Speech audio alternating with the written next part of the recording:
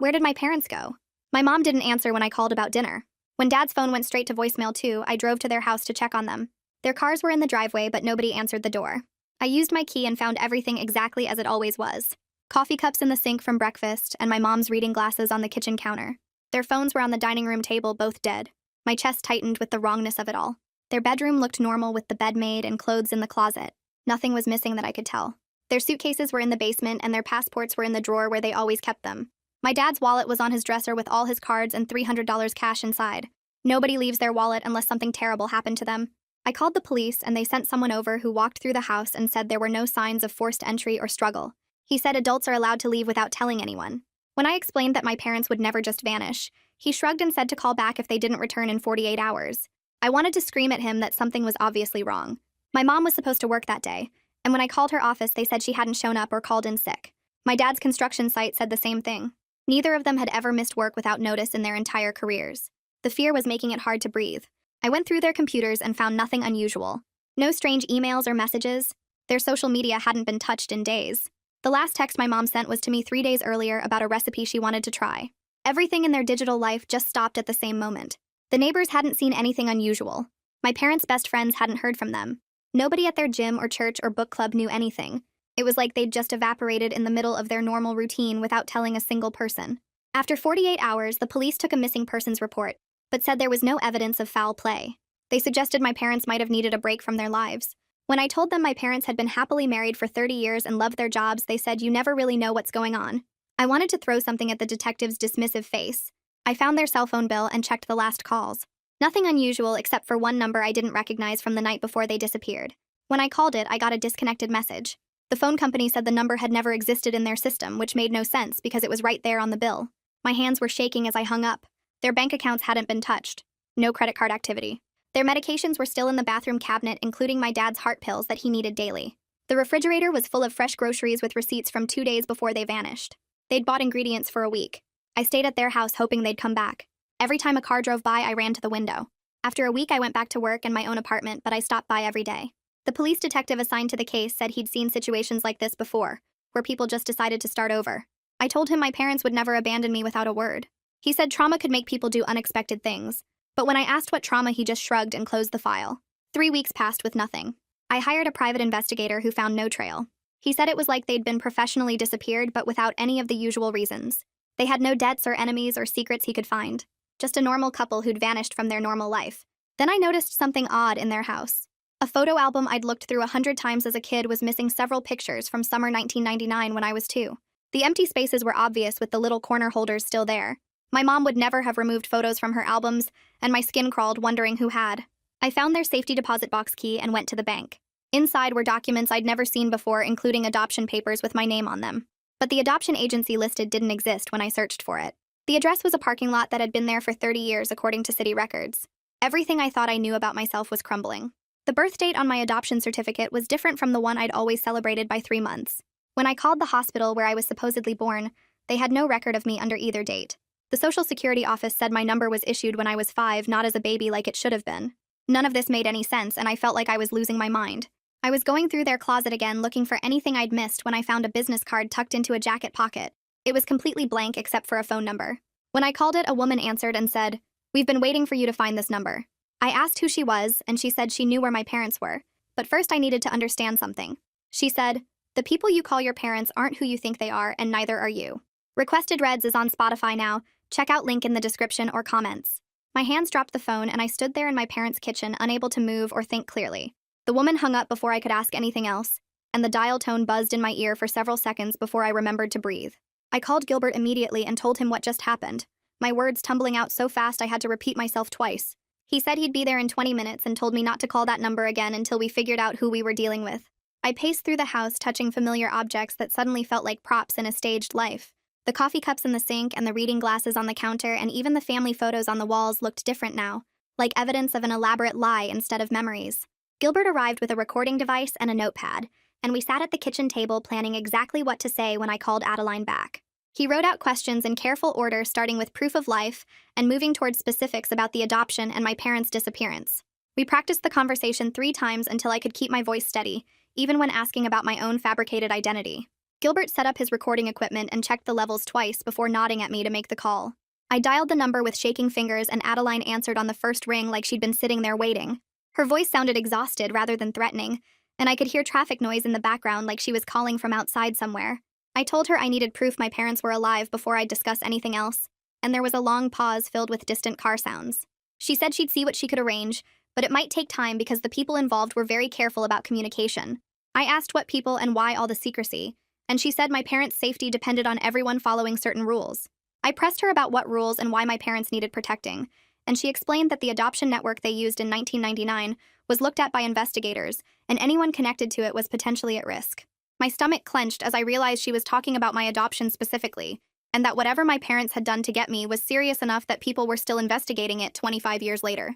Adeline's voice got quieter as she told me the agency that processed my adoption was actually a front for gray market placements.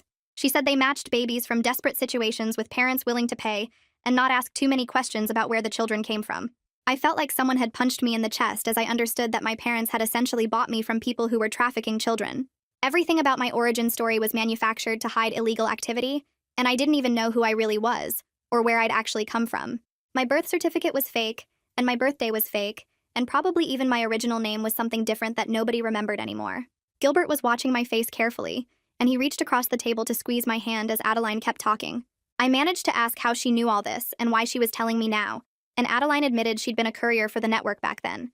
She said her job was delivering paperwork and payments between the people running the operation and the families who were adopting. She got out years ago when she realized how wrong it all was, but recent investigations had brought old contacts back into her life.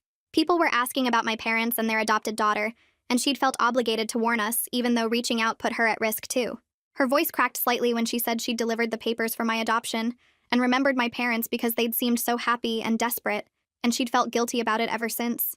Gilbert leaned toward the phone and asked who was investigating and what agency they were with, but Adeline refused to give names. She said she was already risking too much by talking to us, and that the people involved had ways of finding out who was sharing information. I begged her to at least try to get proof my parents were alive, and she promised she'd see what she could do before hanging up abruptly. The line went dead, and Gilbert stopped the recording while I sat there trying to process what I'd just learned. My parents had knowingly participated in illegal adoption, and then built my entire identity on lies, and I didn't know how to reconcile that with the loving family I thought I'd grown up in.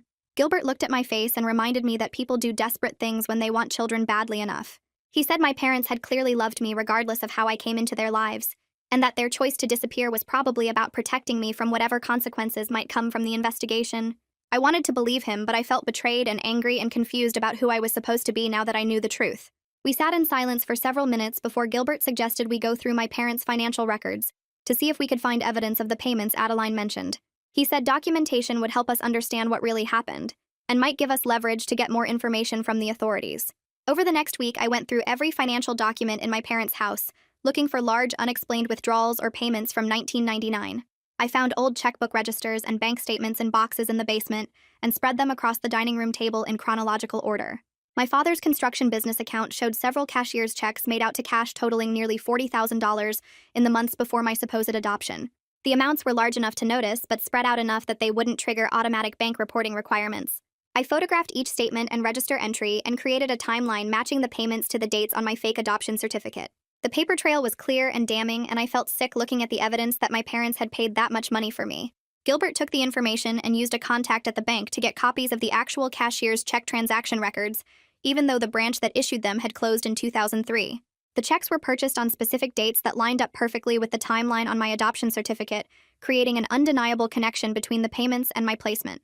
We had proof that money changed hands, and that my parents had participated knowingly in whatever illegal operation Family Connection Services was running. Gilbert organized everything into a folder with tabs and summaries and said it was time to take this evidence back to Detective McCormick and demand he take the case seriously. I made an appointment at the police station and brought the folder of financial evidence, hoping it would finally change McCormick's mind about investigating. He looked through the documents carefully, and I watched his expression for any sign that he understood the significance of what we'd found.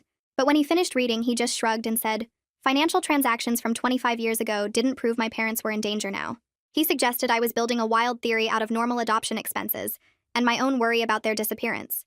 I wanted to scream at him that $40,000 in cash payments wasn't normal, and that the adoption agency didn't even exist, but he'd already made up his mind that this wasn't worth his time. Gilbert and I left the police station, and I was so frustrated I could barely speak. He told me we needed to find other victims or witnesses from the same adoption network to establish a pattern of fraud. He said if we could prove this was organized criminal activity affecting multiple families, then law enforcement would have to take it seriously, regardless of McCormick's personal opinion. We sat in his car outside the station and started planning how to search for other people who might have used family connection services for adoptions around the same time I was placed. Gilbert said there had to be records somewhere, and other families who were dealing with the same questions I was, and that finding them was our best chance at getting real answers about what happened to my parents and who I really was. I went home that night and opened my laptop and started searching for anything about gray market adoptions in our state during the late 1990s. The results were buried under pages of legitimate adoption resources, but I kept digging and finally found a series of news articles from 2001 about investigations that had gone nowhere. One article mentioned a nonprofit called Family Connection Services that was shut down for financial irregularities, and my hands froze on the keyboard when I saw the address listed. It was the exact same parking lot address from my adoption papers. I took screenshots of everything and sent them to Gilbert, and he called me back within minutes and said this was the break we needed. He told me he knew a journalist who had covered adoption fraud cases back then, and that he'd reach out to see if she remembered anything about Family Connection Services. I barely slept that night because my mind kept spinning through all the possibilities of what my parents had been involved in. The next morning, Gilbert called and said the journalist's name was Isolde West, and that she'd agreed to meet with us at a coffee shop downtown that afternoon. I got there early and sat at a corner table watching the door, and when Gilbert arrived, he had a woman with him carrying thick folders under her arm. Isolde looked to be in her 50s with graying hair and sharp eyes that took in everything about me before she even sat down. She spread the folders across the table and told us Family Connection Services was suspected of facilitating illegal placements, but the investigation collapsed when key witnesses disappeared or recanted their statements.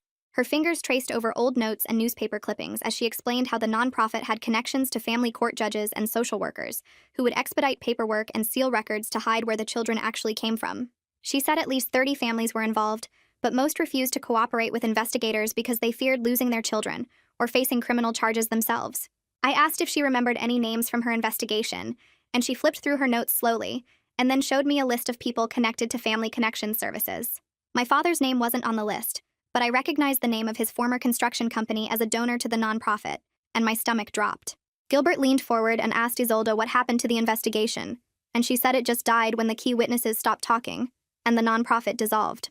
We spent 3 hours at that coffee shop while Isolde walked us through everything she'd learned 20 years ago, and I could tell she was excited to revisit a case that never got proper closure.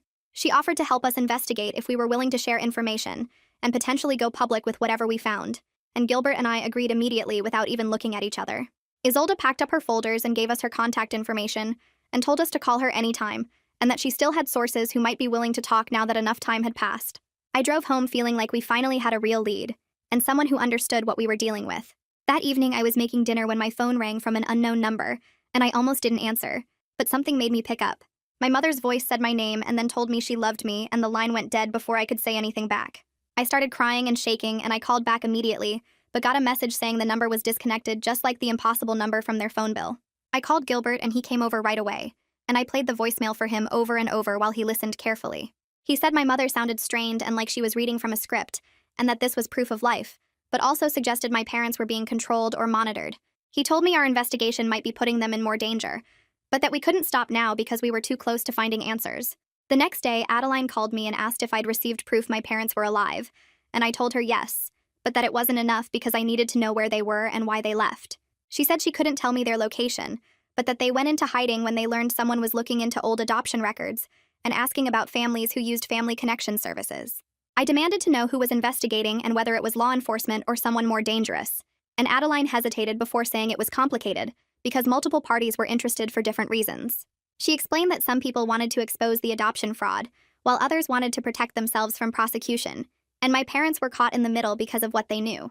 Gilbert took the phone from me and asked Adeline what my parents knew that made them valuable enough to disappear over. She said they could identify the people who ran Family Connection Services and facilitated the illegal placements, and she admitted that several families had already been contacted by investigators, and that anyone who cooperated faced potential legal consequences for their role in the fraud. My hands grip the phone tighter, and I feel heat rising in my chest because my parents chose to run away instead of dealing with the mess they created. I tell Adeline this whole situation isn't fair to me, and that I'm the one paying the price for choices they made before I could even talk. She goes quiet for several seconds, and I can hear her breathing on the other end. Then she says something that makes my stomach drop. She tells me my parents didn't disappear just to protect themselves from prosecution. They left because someone contacted them and threatened to challenge my adoption legally, and take me away if they cooperated with any investigation into the old network. I stop breathing for a second because that doesn't make sense. I'm 27 years old and nobody can just take me away like I'm property. But Adeline keeps talking and explains that adoption fraud cases can be reopened even decades later, and that my biological origins are completely unknown. She says if the adoption gets voided in court, I have no legal claim to my current identity, because there's no record of who I actually am or where I came from. The room starts spinning and I grab the edge of my kitchen counter to steady myself. My social security number was issued when I was 5. My birth certificate is fake. The hospital has no record of my birth. If someone challenges the adoption and wins, I could lose everything, including my legal right to exist as the person I've always been. My chest gets tight and I can't get enough air and my vision starts going dark around the edges. Gilbert must see something wrong because he crosses the room fast and takes the phone from my hand. I hear him asking Adeline specific questions about who made the threats and what legal basis they have for challenging adoptions this old. His voice sounds far away, even though he's standing right next to me. Adeline tells him she doesn't know the person's identity, but that they've been contacting families from the old network over the past few months. The person demands money or cooperation in exchange for not reporting the families to authorities who could reopen their cases. Gilbert asks how much money, and Adeline says it varies, but some families have paid tens of thousands of dollars to make the threats stop. He asks if she knows how many families have been contacted, and she estimates at least a dozen that she's aware of, but there could be more. Gilbert thanks her and ends the call, and I'm sitting on my apartment floor now, though I don't remember getting down here. My breathing comes in short gasps, and Gilbert kneels beside me, telling me to breathe slowly and count to 4. He pulls out his phone and calls someone, and I hear him say Isolda's name. He puts the call on speaker, and Isolda's voice fills my small apartment, asking what's wrong. Gilbert explains the extortion angle and how someone is threatening families from the old adoption network. Isolda goes quiet for a moment and then says, "This changes everything because it means there's an active criminal element beyond just historical fraud." She says law enforcement should finally get interested now that there's ongoing criminal activity, and not just old paperwork irregularities. Gilbert asks what she thinks we should do next, and Isolda suggests we document everything we have and approach the state attorney general's office instead of relying on local police who might have conflicts of interest. She offers to write an article about the adoption fraud and the current extortion scheme if we can provide enough corroborated evidence. She thinks public pressure will force official action even if authorities want to keep ignoring the situation. I finally get my breathing under control, and Gilbert helps me stand up. Over the next few days, I work with Gilbert and Isolda to organize all our evidence into a timeline that makes sense. We spread everything across my living room floor and start building a case. We have the financial records showing my father's cashier's checks from 1999. We have my fake adoption papers with the non-existent agency address. We have the sealed court orders that Isolda got copies of years ago during her original investigation. We have her old notes about family connection services and the other families who use the network. We have recordings of our conversations with Adeline that establish the ongoing extortion scheme. Gilbert creates a digital database with scanned copies of everything and timestamps showing when we obtained each piece of evidence. Isolda writes a draft article but holds off on publishing until we have more corroboration. I go back to my parents' house to search for anything else that might help, and I'm going through boxes in their basement when I find my father's old day planner from 1999. The leather cover is worn and the pages are yellowed, but his handwriting is still clear. I flip through the months and find notations about meetings with someone he only identifies by initials. RM appears on several dates throughout the spring and summer of 1999. I cross-reference the dates with the cashier's check purchases from the bank records, and they match up almost perfectly. Every time my father met with RM, he bought a cashier's check within a few days. I take photos of the relevant pages and text them to Gilbert. He calls me back within minutes and says this could identify one of the people who ran Family Connection Services if we can figure out who RM was. I spend the rest of the afternoon searching through more boxes, but don't find anything else with those initials. My phone rings 2 days later, and it's a number I don't recognize. When I answer, a man's voice asks if this is about Family Connection Services, and I say yes. He tells me his name is Henri, and that he was my father's construction foreman back in the late 90s. I'd left him several messages asking about the company's connection to the nonprofit.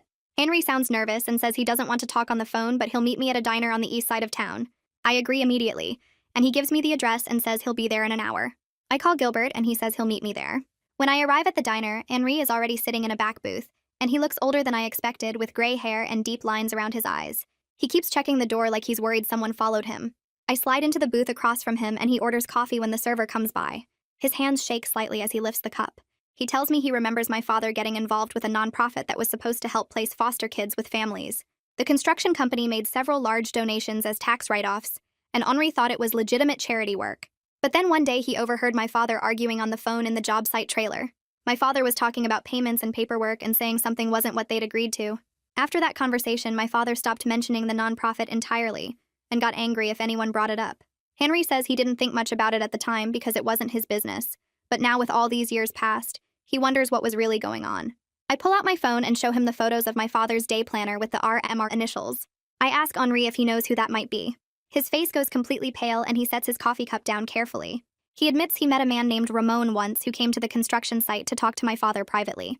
Henri describes Ramon as well-dressed in an expensive suit and driving a luxury car that looked out of place in the dirt parking lot. Ramon made it clear he wasn't used to visiting construction sites or getting his shoes dirty. He talked to my father for about 20 minutes in the trailer, and when they came out, my father looked upset and stressed. Henri never saw Ramon again after that day, but he remembers thinking the guy seemed intimidating in a way that made Henri glad he wasn't involved in whatever business they were discussing. I drive straight to Gilbert's office after leaving the diner and find him already at his computer pulling up databases. He types in Ramon and starts filtering by nonprofit connections in our state during the late 1990s. The search takes about 20 minutes while I pace behind his desk and watch the screen populate with results. Gilbert narrows it down to 3 men named Ramon, who had any connection to family services or adoption organizations during that time period. The first 2 seem like dead ends with minimal involvement, but the third one makes Gilbert sit up straighter in his chair. Ramon Mercado was listed as a director for Family Connection Services and also held positions with 2 other similar organizations that were all shut down within a few years of each other. Gilbert clicks through the records and shows me that each organization was closed due to financial violations and irregular record keeping. He prints everything out and adds it to the growing file of evidence we've been building. I call Detective McCormick and tell him we need to meet immediately, because we've identified someone who ran the adoption network. McCormick sounds annoyed but agrees to see us at the station in an hour. When we arrive at the police station, McCormick is waiting in an interview room with his arms crossed, looking like he'd rather be anywhere else. Gilbert spreads out all our evidence on the table, including Henri's statement about meeting Ramon, the financial records showing my father's payments, the fake adoption paperwork, and now the background check showing Ramon Mercado's connection to multiple fraudulent nonprofits. McCormick picks up each document and reads through them slowly, and I watch his expression change from dismissive to actually interested. He tells us Ramon Mercado's name appears in multiple fraud investigations from the early 2000s, and that several agencies tried to build cases against him, but witnesses kept disappearing or refusing to cooperate. McCormick admits the case is bigger than he initially thought, and says he'll request the sealed court files related to adoptions processed through Family Connection Services. He warns us this could take weeks because the files are old, and the court moves slowly on these requests. Gilbert asks if there's any way to speed up the process, and McCormick says no, that we just have to wait for the legal system to do its job. I feel frustrated, but at least McCormick is finally taking this seriously, instead of acting like my parents just decided to take a vacation. 2 weeks pass, and I barely sleep during that entire time. Every night I lie awake thinking about my parents and wondering if someone will hurt them before we can expose the truth about the adoption network. I go to work, but I can't focus, and my boss asks if everything is okay because I keep making mistakes on simple tasks. Adeline calls me twice during those 2 weeks, and both times she sounds nervous. The first time she warns me that people are getting anxious about our investigation, and that I should be careful about who I trust. I ask her what people, and she says she can't give names, but that word is spreading that someone is digging into the old Family Connection Services cases. The second time she calls, she tells me to watch my back because she heard someone asking questions about me at a place where former network employees used to meet. I ask her if my parents are still safe, and she says as far as she knows they haven't been found, but that the situation is getting more dangerous as more people learn about the investigation. After each call, I feel sick with worry, and Gilbert tells me we're doing the right thing, but that doesn't make the waiting any easier. The court finally releases some of the sealed files, and McCormick calls me to come to the station to review them. When I arrive, he has boxes of documents spread across a conference table, and he looks tired like he's been reading through them for hours. The files show that over 40 adoptions were processed through Family Connection Services between 1998 and 2001, with irregular documentation and expedited approvals. McCormick points to my adoption file, and I see all the red flags that should have stopped the placement. The birth mother's information is obviously fake with an address that doesn't exist, and a signature that looks forged. My medical records from before the adoption are completely missing. The home study that was supposed to evaluate my parents as suitable adoptive parents is only 2 pages long when it should have been much more detailed. Every single document has problems, but they were all approved anyway. McCormick shows me the judge's signature on the final approval, and the name makes my stomach drop. Judge Patricia Keating signed off on my adoption, and on at least 15 other cases in these files, despite all the obvious problems with the paperwork. Gilbert takes photos of every document with the judge's signature, and then starts searching for information about Patricia Keating as soon as we leave the police station. He finds that she retired in 2002 right after Family Connection Services was shut down, and that she moved out of state shortly after her retirement. Gilbert tracks her through property records and voter registration, and discovers she's living in a retirement community in Arizona. He calls the community office and asks to speak with Patricia Keating, and when they transfer him, he puts on a friendly voice and tells her he's writing a book about family court history, and would love to interview her about her career. I listen on speaker as Judge Keating sounds pleased at first, and starts talking about her years on the bench. Gilbert asks general questions for a few minutes to keep her comfortable, and then casually mentions that he's particularly interested in her work with adoption cases and organizations like Family Connection Services. The line goes completely silent for several seconds, and then Judge Keating's voice changes from friendly to cold. She says she doesn't recall that organization, and that she handled hundreds of cases during her career. Gilbert presses gently and mentions Ramon Mercado's name and asks if she remembers working with him. Judge Keating immediately says she has to go and hangs up before Gilbert can ask anything else. He looks at me and says her reaction proves she knows exactly what we're investigating and that she's afraid of being exposed after all these years. A judge doesn't just hang up on someone writing a book unless they're trying to hide something. Gilbert says we now have evidence of judicial corruption connected to the adoption fraud, which makes this a much bigger case than just my parents disappearing. I call Isolde and tell her about Judge Keating's involvement, and she gets excited because this is the kind of evidence that could finally bring real consequences for the people who ran the adoption network. Isolde suggests we file a formal complaint with the State Attorney General's office, now that we have proof of judicial corruption and ongoing extortion connected to the old adoption network. She explains that the AG's office has the power to investigate across multiple jurisdictions and can bring charges that local police can't. Isolde tells me she's been working on her article about the case and that she's ready to publish as soon as we give her permission. She thinks public pressure from the article will force officials to act quickly instead of letting the investigation drag on for years. Gilbert agrees that we should file the complaint and let Isolde publish her article because we've gathered enough evidence to protect ourselves, and hopefully protect my parents too. We spend the rest of the afternoon at Isolde's office helping her fact-check every detail in her article and making sure we have documentation for every claim she's making. The next day, I meet with a lawyer named Opal Norton who specializes in adoption fraud and identity correction cases. Isolde recommended her and said she's helped other people who discovered their adoptions were illegal. Opal's office is small but organized with file cabinets full of case documents and a wall covered in certificates and awards. She sits across from me and reviews all our evidence carefully, taking notes and asking questions about specific details. After about an hour, she looks up and tells me that proving my adoption was fraudulent won't invalidate my legal identity as an adult. She explains that I've lived as this person for 27 years, and that the law recognizes my established identity regardless of how it was originally created. But she says I'll need to go through a process to correct my birth records and potentially establish my biological origins if I want complete legal clarity. Opal walks me through the steps, which involve petitioning the court, getting DNA testing, and possibly searching for my biological parents if I want to know where I really came from. Opal then addresses the threats that made my parents disappear, and she says the extortion is probably based on empty threats, rather than real legal power. She explains that challenging an adult adoption after 25 years would be extremely difficult legally, and that most judges wouldn't even consider it without extraordinary circumstances. She thinks whoever is threatening families from the old adoption network is counting on their fear and ignorance about the law, rather than having any actual ability to follow through. Opal says the threatener probably knows that scared parents won't consult lawyers and will just pay money or stay hidden to protect their children. She tells me this is common in fraud cases where the criminals continue to profit from their old crimes by exploiting the victim's ongoing fear. Hearing this makes me feel angry because it means my parents ran away based on threats that probably couldn't have been carried out anyway. I feel some relief knowing I won't lose my identity or be taken away from my life, but I'm still furious that my parents disappeared based on empty threats instead of trusting me with the truth. Opal sees my face and says she understands my anger, but that fear makes people act in ways that don't make sense when you look at them logically. She explains that my parents probably thought they were protecting me by running away and keeping me in the dark, even though their actions ended up causing more harm than the truth would have. Opal says this is a pattern she sees in a lot of fraud cases, where victims make bad decisions because they're operating from a place of panic instead of getting proper legal advice. She tells me that when we find my parents, I should try to remember that they acted out of love, even if their choices were wrong, and that rebuilding trust will take time, but is possible if everyone is willing to be honest going forward.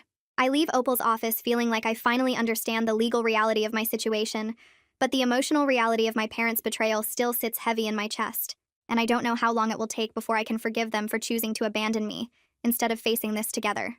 The next morning, Gilbert and I meet Opal at her office, and we spend 3 hours putting together the formal complaint with every piece of evidence we've collected. Opal prints out copies of the adoption papers and the financial records and the sealed court files, and organizes everything into a thick folder with tabs marking each section. She writes a cover letter explaining the fraud network and the current extortion and how my parents disappeared because of threats, and she includes a timeline showing how everything connects from 1999 to now. We drive downtown to the Attorney General's office and hand everything to a clerk who stamps it received and says someone will be in touch. Walking out, I feel like we just lit a fuse, but I don't know how long it will take to explode. 2 days later, I get a call from the AG's office, and a woman tells me they're assigning 2 investigators to review the complaint, and that they'll need to interview everyone involved. Over the next week, I sit through 3 separate interviews where the investigators ask me the same questions different ways, and take notes on everything I say. They interview Gilbert at his office, and Henry at the diner, and Adeline at Opal's office, with Opal sitting right next to her the whole time. Each interview lasts hours, and by the end, I'm exhausted from repeating my story and answering questions about details I barely remember. Adeline calls me after her first interview, and she's crying and saying she can't do this because she's going to get arrested for being part of the adoption network. I tell her to talk to Opal, and she says she already did, but she's still scared because she helped move money and paperwork for Ramon 25 years ago, even if she didn't know exactly what it was for. Opal calls me an hour later and says she's working on getting Adeline immunity in exchange for her testimony about how the network operated. She explains that Adeline's role was small, and she was young, and probably didn't understand what she was really doing, and that prosecutors care more about getting the people who ran the network than punishing minor players who can help build the case. 3 days later, Opal calls with good news and says the AG's office agreed to give Adeline immunity if she testifies about Ramon and the other people involved and provides documentation about the courier system they used. Adeline agrees, and I can hear the relief in Opal's voice when she tells me that having a witness from inside the network makes the whole case much stronger. The AG investigators call me in for one more meeting, and this time they bring Opal with me, and we sit in a conference room with folders spread across the table. The lead investigator tells us they're opening a full investigation into Family Connection Services and all the related organizations that Ramon ran during the late 90s and early 2000s. He says they'll be contacting other families who use the network to see if anyone else wants to cooperate or file complaints, and that they're also looking at the judges and social workers who helped process the fraudulent adoptions. I ask how long this will take, and he says probably months or even years, because they need to build cases against multiple people and gather evidence that will hold up in court. He warns us not to expect quick results or dramatic arrests, and says most of these investigations move slowly because they're complicated and involve people who covered their tracks carefully. I leave feeling glad something is finally happening, but also frustrated that it could take years before anyone faces real consequences. Isolde calls me the next day and says her article is ready to publish, and asks if I'm okay with her using my story as the main example of how the adoption fraud network operated, and how families are still being hurt by it today. I tell her yes because I want people to know what happened, and maybe it will help other families come forward if they were part of the same network. She publishes the article 3 days later in a big newspaper, and by that evening it's been picked up by national news sites and TV stations. My phone starts ringing constantly with reporters wanting to interview me and asking for more details about my parents' disappearance and the adoption fraud. I let most calls go to voicemail because I don't know what to say, and Opal told me to stay quiet until the AG investigation moves forward. The attention is overwhelming, and I have to turn my phone off for hours at a time just to get some peace. 3 days after Isolde's article goes viral, my phone rings with a number I don't recognize, and when I answer, my mother's voice says my name. She sounds different this time, less like she's reading a script and more desperate and real.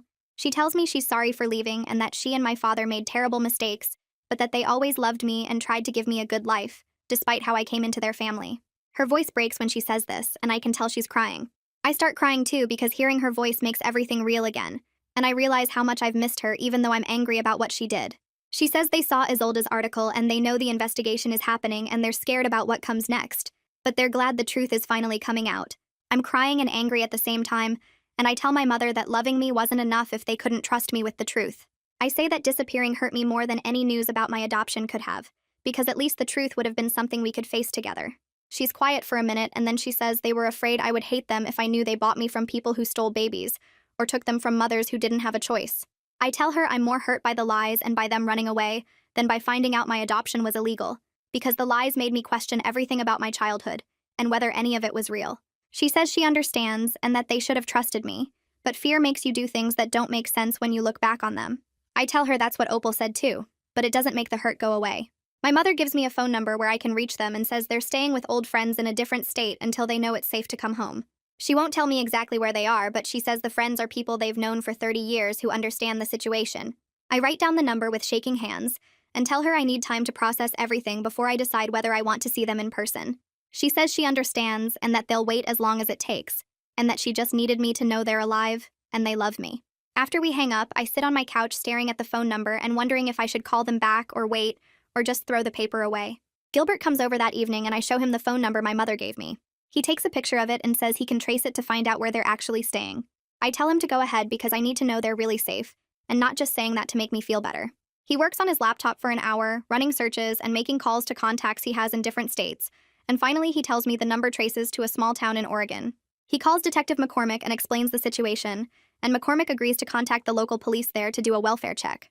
2 days later, McCormick calls me back and says the Oregon police confirmed my parents are alive and staying voluntarily with friends at a house outside of town. He says they talked to both my parents and verified they're not being held against their will or in any immediate danger, and that they told the police they left because of threats related to an old legal matter. The AG investigators call my parents directly after getting their contact information from McCormick. They interview my mother and father separately by phone, and both conversations last over 2 hours, according to what the investigators tell me later. My parents provide detailed information about Ramon and the other people who ran family connection services, including names and descriptions, and how the payment system worked. They admit they paid $40,000 for my adoption through a series of cashier's checks made out to cash, and that they knew the paperwork seemed irregular, but they were too desperate for a child to ask too many questions. The investigators tell me this information matches what Adeline said and what they're finding in the old financial records, which means they're building a solid case against Ramon and possibly some of the other people involved. 2 weeks after my parents' interviews, Ramon is arrested at his home in another state on charges of adoption fraud and extortion, and something called racketeering that has to do with running criminal networks over long periods of time. The arrest makes national news, and suddenly everyone wants to talk about gray market adoptions and the families affected by these schemes. I see Ramon's picture on the news, and he looks older than I expected. Just a regular guy in his 60s being walked out of his house in handcuffs. Reporters are talking about how his network placed over 100 babies during the 90s and early 2000s, and how many of those families probably have no idea their adoptions were illegal. My phone rings constantly again with reporters wanting my reaction to the arrest, but I still don't answer because Opal says the investigation is ongoing, and anything I say could affect the case. The news about Judge Keating breaks 3 days later when prosecutors announce charges against her for corruption and abuse of office related to the fraudulent adoptions. Her lawyers release a statement saying she plans to cooperate fully and negotiate a plea deal, which makes me sick because it means she'll probably avoid serious prison time, despite destroying so many families. Opal calls me after the announcement and says seeing these people finally face consequences helps validate what happened to us, that it wasn't just paranoia or overreaction, but real criminal activity that hurt real people. I appreciate her saying that, but I still feel angry that it took 25 years and my parents disappearing for anyone to take this seriously. Adeline contacts me a week later through a number I don't recognize and tells me she's entering witness protection because she's received threats after testifying against Ramon and identifying other people in the network. Her voice sounds scared and tired, and she says she wanted to call before she disappeared to thank me for helping her find the courage to tell the truth. I tell her I'm the one who should be thanking her for being the first person to confirm my parents were alive when everyone else thought I was crazy. She says she hopes I find peace with everything, and then the line goes dead, and I know I'll probably never hear from her again. Opal and I start the legal process to correct my birth records the next week, and it's more complicated than I expected because we have no idea who my biological parents were or where I was actually born. She files petitions with the court to unseal all records related to my placement and to conduct DNA testing that might identify my origins through genetic databases. The paperwork feels endless, and every form asks questions I can't answer about my real birthday, or birth location, or family medical history. My parents start calling every few days from Oregon, and the conversations are awkward and painful as they apologize over and over while I try to process decades of lies mixed with genuine love. I tell my father during one call that I'm not ready to see them in person yet, but that I don't hate them, and he starts crying and says he understands. I explain to my mother during another call that I need time to figure out who I am, separate from the identity they constructed for me, and she says she wants that for me too, even though it hurts to hear. The DNA testing takes 6 weeks to process, and Opal gets the results entered into several databases that match adoptees with biological relatives. Within a month, I get a notification about a potential half-sibling match in another state, and my hands shake as I read the email. Opal helps me make contact through the database's messaging system, and I learn I have a sister named Maria, who was also placed through a gray market adoption network around the same time as me. We exchange photos and phone numbers and set up a video call for the following weekend. Meeting Maria through the screen is surreal because we have the same nose and similar eyes, but completely different haircuts and styles and ways of talking. She tells me she only found out about her fraudulent adoption 2 years ago, when her adoptive mother died, and she found papers in a safety deposit box. She's been going through her own process of correcting her records and searching for the truth about where she came from. We talk for 3 hours that first call, and bond over the shared experience of discovering our families built our lives on fraud and lies. She says it helps to know someone else understands what it feels like to have your entire identity questioned. Detective McCormick calls me a few days after I meet Maria and asks if he can stop by my apartment to talk. I agree reluctantly, and when he arrives, he looks uncomfortable and won't quite meet my eyes at first.